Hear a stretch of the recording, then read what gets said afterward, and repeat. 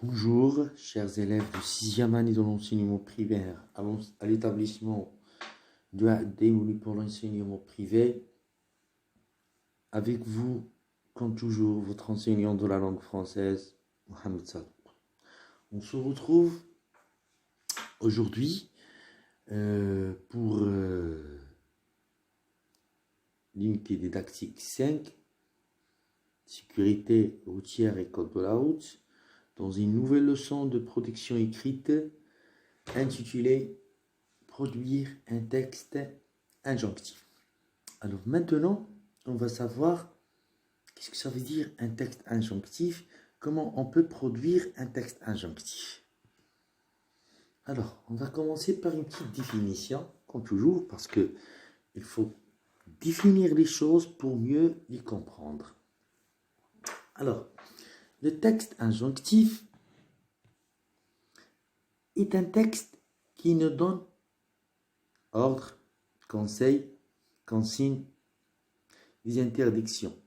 Alors, quand on dit un texte injonctif qui nous donne ordre, conseil, consigne ou des interdictions, ça me fait rappeler moi-même au cours du grammaire, on a vu la phrase impératif. Alors, cette phrase impérative va beaucoup nous aider à produire, à rédiger ce texte injonctif. Plus tard, on va savoir, ça va nous aider à quoi. Ce genre de texte, on le trouve dans les recettes de cuisine, en notice d'emploi. C'est la fonction conative qui domine dans ce genre de texte.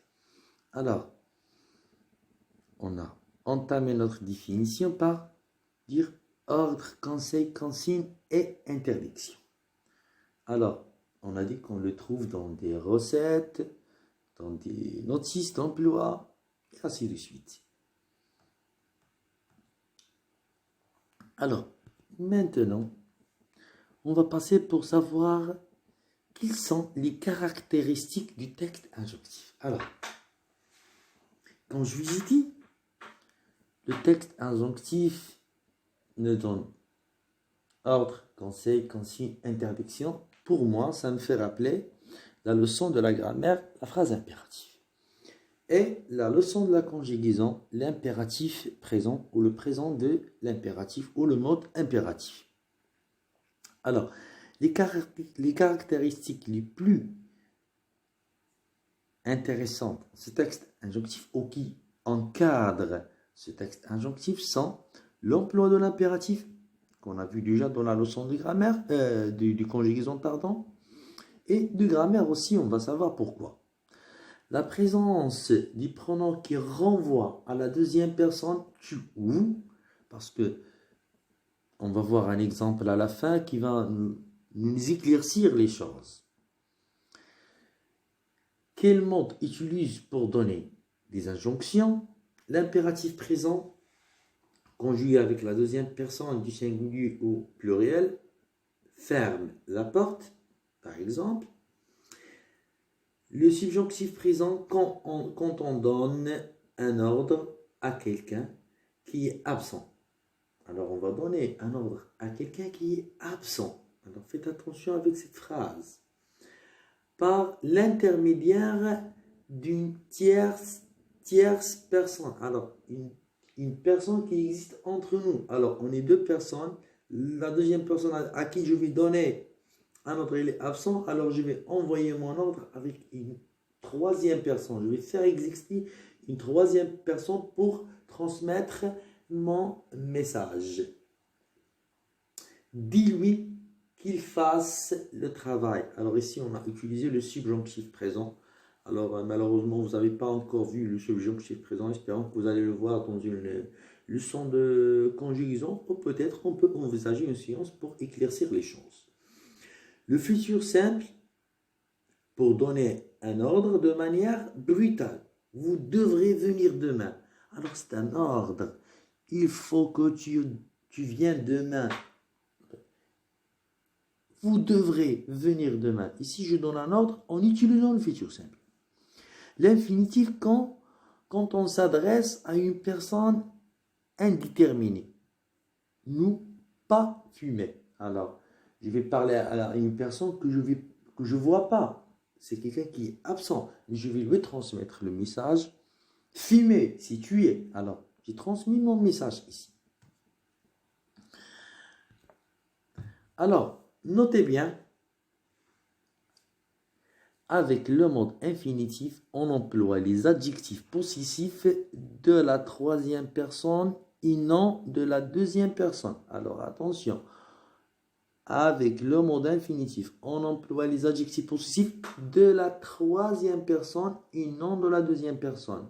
Donc, on utilise la troisième personne pour transmettre nos messages, réviser tes leçons, réviser ces leçons. Alors, j'ai utilisé le troisième pronom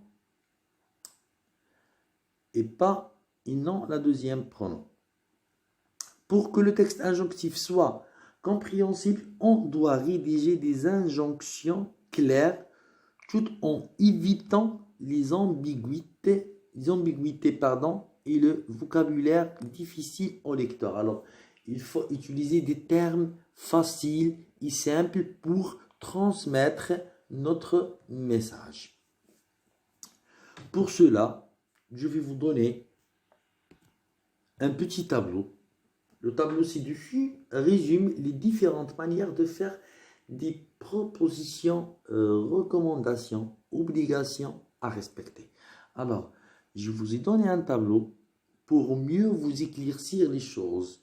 Quelles sont les phrases les plus fréquentes qu'on peut utiliser dans un texte injonctif?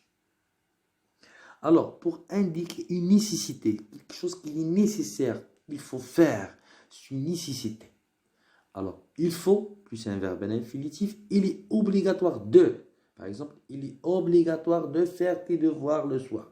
C'est une obligation. Il est urgent de, il est indispensable de, il est nécessaire de, vous devez, et 3 points de suspension. Deuxième partie de notre tableau, pour faire des recommandations. Je vais recommander quelque chose. Il est important de. Il vaut mieux. Mieux vaut plus infinitif.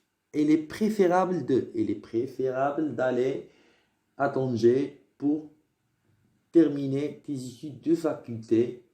Exemple. Il est recommandé de voyager par avion. C'est plus rapide. Je vous ai recommandé de voyager. Alors, c'est une recommandation. Il y a aussi d'autres formules. Veiller, plus verbe à l'infinitif. Vous êtes pris de, plus verbe à l'infinitif. Et prier de, plus un verbe à l'infinitif. Pour boucler ma séance, je vais vous laisser lire avec moi un exemple que j'ai trouvé. Ça va mieux vous éclaircir un petit peu les choses. Voilà mon exemple. Recommandation à l'école. Alors, enfants aiment l'école. Alors, tous les enfants doivent aimer l'école. Enfants aiment l'école parce que c'est la noble maison où on travaille à faire de toi un homme instruit et honnête. Alors, ici, c'est une recommandation pour aimer l'école. Pourquoi il faut aimer l'école? On a bien déterminé pourquoi il faut aimer l'école. Parce que c'est la maison noble où on travaille à faire de toi un homme instruit et honnête. Alors ici, on est en train de éclaircir l'idée pourquoi il faut aimer l'école. Aime ton maître ou ta maîtresse parce qu'il t'aime et se donne de la peine pour toi. Alors ici, je fais bien montrer quel est le rôle d'un enseignant ou d'une enseignante dans l'école. Alors, notre rôle à nous, c'est de donner de la peine pour vous. Parce qu'on est sévère. On vous demande de faire votre travail. On est toujours derrière vous. il faut apprendre la poésie, il faut lire le texte, il faut, etc., etc.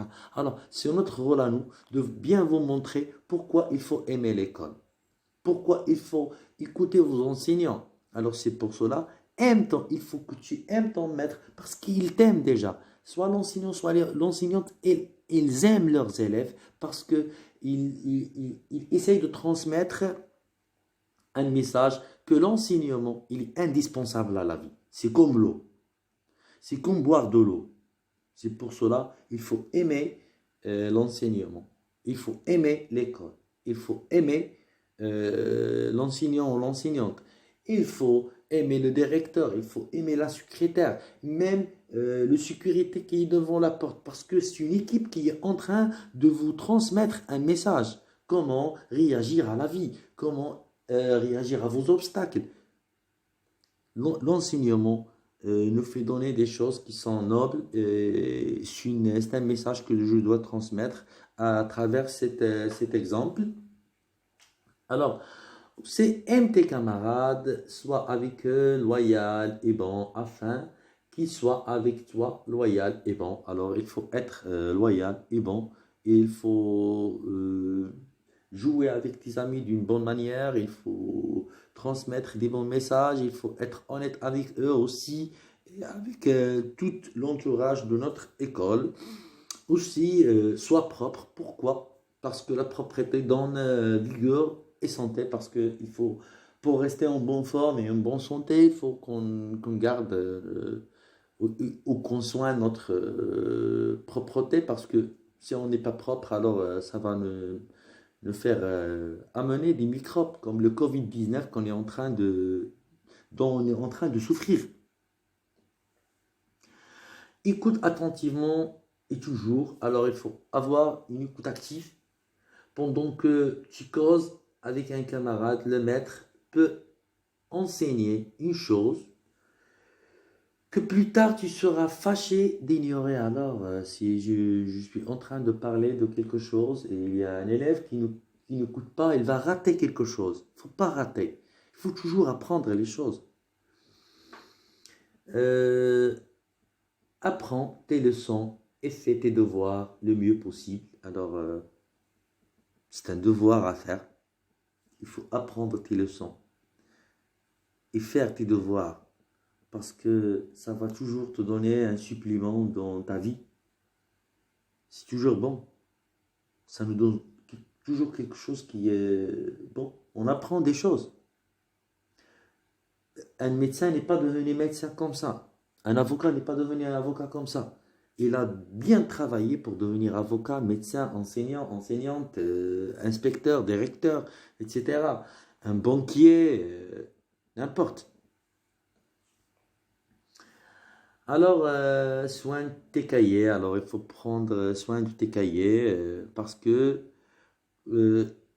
c'est l'image de l'élève, pardon. C'est l'image de l'élève, ce sont ses cahiers, ses devoirs, ses examens. Alors, il faut les soigner. Il faut écrire d'une bonne manière. Il ne faut pas que ce soit pas sale. Il faut que ce soit bien propre. C'est pour cela. Soit un petit livre, c'est la même idée. Il contient la science. Tu dois respecter la science. Alors, il faut prendre soin de tes livres. Peut-être, si tu n'en as pas besoin, tu peux le donner à un autre pour qu'il apprend quelque chose de nouveau à travers toi. Alors, à la fin, sois fier du succès de ton école. Si ton école gagne le championnat de la lecture, la compétition de la lecture en français, en arabe, s'il gagne les olympiades du mathématique, alors il faut que tu sois fier, même si tu ne participes pas.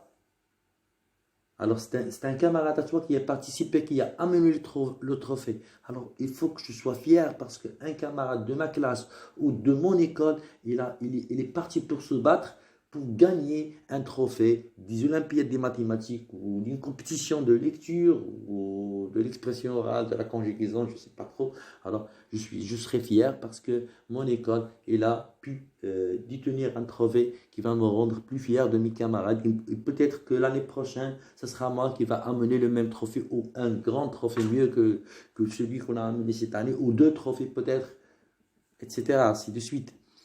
Alors, il faut qu'on soit content de ce que réalisent les autres élèves qui sont de la même école que moi. Alors, je suis fier parce qu'un camarade à moi, il a pu gagner le championnat de football, l'équipe de football par exemple. C'est un peu l'exemple, même si je ne participe pas. Alors, c'est mon message à vous. Il faut aimer l'enseignement. C'est pour cela que j'ai choisi cet exemple parce qu'il m'a beaucoup touché dans le cœur. J'essaie de vous transmettre ce message. Je vous aime tous. Vous m'avez beaucoup tellement manqué, les élèves de la 6e année. Gros bisous à vous et à la séance prochaine. Alors, je vais vous dire merci pour votre attention. C'était toujours votre enseignant Mohamed Sadouk avec vous. Au revoir.